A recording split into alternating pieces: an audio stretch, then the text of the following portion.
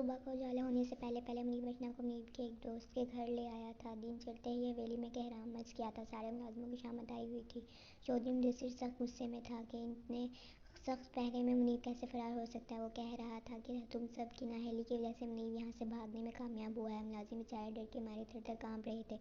वो चौधरी मुदस्सिर को क्या बताते कि रात चोरों के ताक़ुब में उन्होंने मुनीब को भागने का मौका फराहम कर दिया था। जिन चोरों के पीछे वो भागे थे वो तो हाथ नहीं आए, बल्कि उल्टा मुनीब फरार होने में कामयाब हो गया था। चौधरी मुदस्सिर ने कहा कि वो सबको देख लेगा, लेकिन असल काम तो किसी को पता ही नहीं था कि छोटी चौधरानी रचना भी हवेली में मौजूद नहीं है। फिलहाल हर कोई यही समझ रहा था कि वो अभी तक सो रही है, लेकिन क्योंकि अक्सर वो दिन चढ़ते ही जागा करती थी। फिर 9 बज गए और काम वाली खालिदा भी हवेली में आ गई। इस वक्त तक रचना को जाग जाना चाहिए था। खालिदा ने इसके कमरे का दरवाज़ा खटखटाया और 2 बार आवाज़ दी, लेकिन अंदर से कोई बरामद ना हुआ। तो खालिदा को शक हुआ कि दरवाज़ा खुला हुआ है। इसने थोड़ा सा धक्का दिया तो दरवाज़ा अंदर कोई खुलता हुआ चला गया। वो अंदर दाखिल होती हुई खाली कमरा इसका मुंह चुरा रहा था। कुछ अलमारियां भी खुली पड़ी थी। इसे गड़बड़ का एहसास हुआ, लेकिन फिर इसने सोचा कि शायद रचना उठकर वॉशरूम में चली गई होगी। वो कमरे में बैठकर इसका इंतज़ार करने लगी, लेकिन काफ़ी देर गुजरने के बाद जब रचना ना आई तो वो घबरा कर बाहर निकली और सारी हवेली में रचना को ढूंढने लगी। इसने छत पर भी जाकर देखा, लेकिन वहाँ पर भी कोई नहीं था।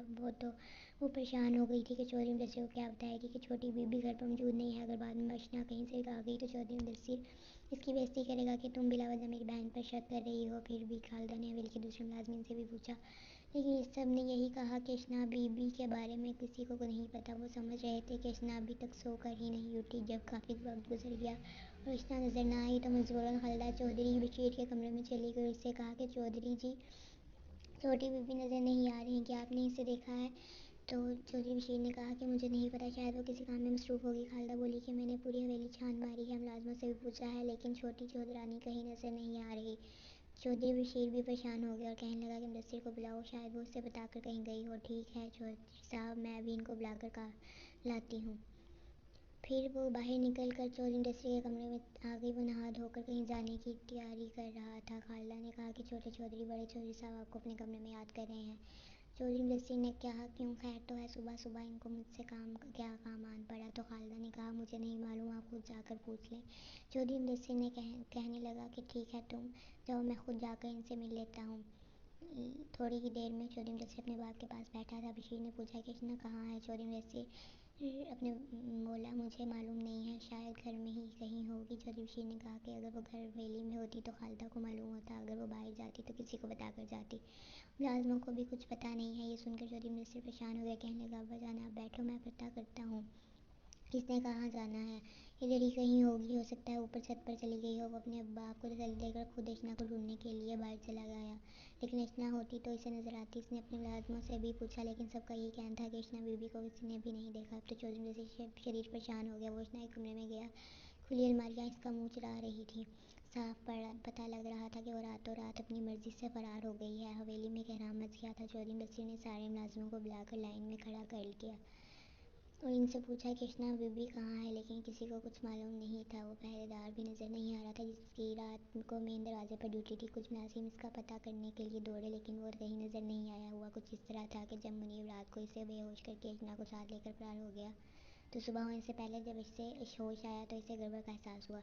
तो वो समझा कि हवेली में चोरी हो गई है। इसको मालूम था कि चौधरी मुदस्सिर इसको जान से मार डालेगा और डर के मारे रातों रात ही कहीं भाग गया। चौधरी मुदस्सिर गुस्से से फटकार रहा था।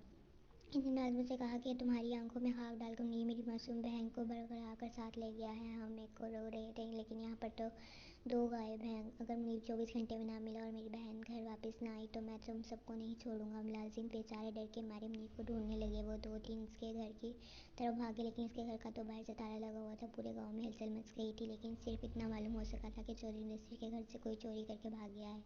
गाँव में से किसी को यह मालूम नहीं था कि भागने वाला मुनीब है, और वो जाते जाते चौधरी मुदस्सिर की बहन को भी साथ ले गया है। चौधरी मुदस्सिर ने मुलाजिमीन को मना किया था कि कोई भी ये नहीं बताएगा कि छोटी बीबी रचना भी फरार हो गई है। इधर चचा फ़िका और नदिया सुबह सोकर उठे तो दोनों एक दूसरे को देखकर शर्मा रहे थे। और रात उन्होंने जो खेल खेला था इसमें दोनों ही जीत गए थे और नादिया का अपना नुकसान नहीं होने से भी बच गया था। सुबह उठकर वो नाश्ता बनाने लगी, जबकि फ़िका किचन का सामान लेने के लिए घर से बाहर चला गया था। वहीं पर इससे पता चला कि रात हवेली में चोरी हो गई है और कोई बंदा भी भाग गया है। पीके को पता चल गया कि अब भागने वाला कोई और नहीं बल्कि मुनीब है, लेकिन इसे ये मालूम नहीं हो सका कि मुनीब जाते हुए साथ छोटी चौधरानी अर्चना को भी ले गया है। इसे काफ़ी तजस्सुस होने लगा, तो पीके ने अंदर की खबर जानने के लिए हवेली का रुख किया, तो इसे रास्ते में अपना वो दोस्त नज़र आ गया जो एक अरसे से हवेली में काम करता था। इसी ने मेले से में पीके को बताया था कि मुनीब हवेली में और महफूज है, ऐसे कोई परेशानी नहीं है। पीके ने इसे देखते ही रोक लिया और पूछा कि खैर तो है, कहाँ भागे जा रहे हो? हवेली में हलचल सी मची हुई है। इस आदमी ने पीके को सारी बात बता दी कि मुनीब रात हवेली से बेफरार हो गया है, जाते जाते छोटी बीबी बेचना को भी साथ ले गया है। पीके के लिए ये बड़ी मज़ेदार और दिलचस्प खबर थी। वो फ़ौरन घर वापस आया और नादिया से कहने लगा कि तुम्हारे लिए ऐसी खबर है कि जिसे सुनकर तुम हैरान हो जाओगी। नादिया ने पूछा कैसी खबर, तो पीके ने इसे बता दिया कि मुनीब रात हवेली से फरार हो गया और कि वो अकेला नहीं गया, इसके साथ छोटी चौधरानी तुम्हारी दोस्त इतना भी है। वो दोनों रात कहीं पर फरार हो गए हैं। सुनकर अर्चना का दिल खुशी और परेशानी के मिले जुले जज्बे से धड़कने लगा। इसे समझ नहीं आ रही थी कि इस खबर में खुश ज़्यादा हो या परेशान। एक तरफ तो इसको अच्छी खबर ये मिली थी कि इसका भाई हवेली से जान छुड़वा कर भाग गया है और अब इसकी जान के कोई ख़तरा नहीं होगा, लेकिन दूसरी तरफ इसे ये बात सताने लगी थी कि इसकी प्यारी सहेली अर्चना गाँव की छोटी चौधरानी है, और अगर वाकई ही नीव इसको साथ ले गया है तो फिर बहुत बड़ा मसला बन सकता था, क्योंकि चौधरियों की इज्जत का मामला था। चौधरी बशीर और इसका बेटा मुदस्सिर अर्चना को घर वापस लाने तक चैन से नहीं बैठेंगे और जाहिर सी बात है वो मुनीब को पकड़कर सख्त से सख्त सज़ा देंगे। पीके ने नादिया से कहा कि परेशान मत हो, मुझे पता है कि मुनीब ने जो भी फैसला किया है सोच समझ कर ही किया होगा और अब वो कभी इनके हाथ नहीं आएगा। नादिया पीके की बात सुनकर थोड़ी पुरसकून हो गई थी। इसने कहा कि अगर अर्चना अपनी मर्जी से मुनीब के साथ गई है तो वो कभी भी वापस नहीं आएगी। इन दोनों ने कुछ सोच कर ही फैसला किया होगा। पीका बोला कि तुम्हारी बात दुरुस्त है। बातों के दौरान ही इन्होंने नाश्ता भी कर लिया था। फिर पीका नादिया को लेकर कमरे में आ गया था और कहने लगा कि पूरे गांव में चौधरियों के मुलाजिम भागे फिर रहे हैं, तुमको फ़िलहाल एहतियात से कुछ दिन यहाँ पर रहना पड़ेगा, इसके बाद हम सोचेंगे कि आगे क्या करना है। नादिया को कोई एतराज़ नहीं था, अब इसके सर से अपने भाई का बोझ उतर चुका था। फिर विक्की ने नादिया से पूछा कि रात सवारी का तुमको मज़ा आया था कि नहीं? नादिया शर्मा गई और कहने लगी कि मज़ा तो आया था, लेकिन वो नहीं आया जो मैं सोच रही थी। विक्की ने कहा कि अगर तुम कहो तो हम एक कोशिश कभी भी करके देख लेते हैं। गाइस, इसके नेक्स्ट पार्ट्स के लिए आपको हमारे चैनल को सब्सक्राइब करना होगा, क्योंकि ऐसे करने से आपको इसके सारे नेक्स्ट पार्ट्स मिल जाएंगे। और अगर आप इसके फर्स्ट पार्ट्स इसके पहले पार्ट्स देखना चाहते हैं तो आप हमारे चैनल में चले जाएं, आपको इसके सारे पार्ट्स मिल जाएंगे।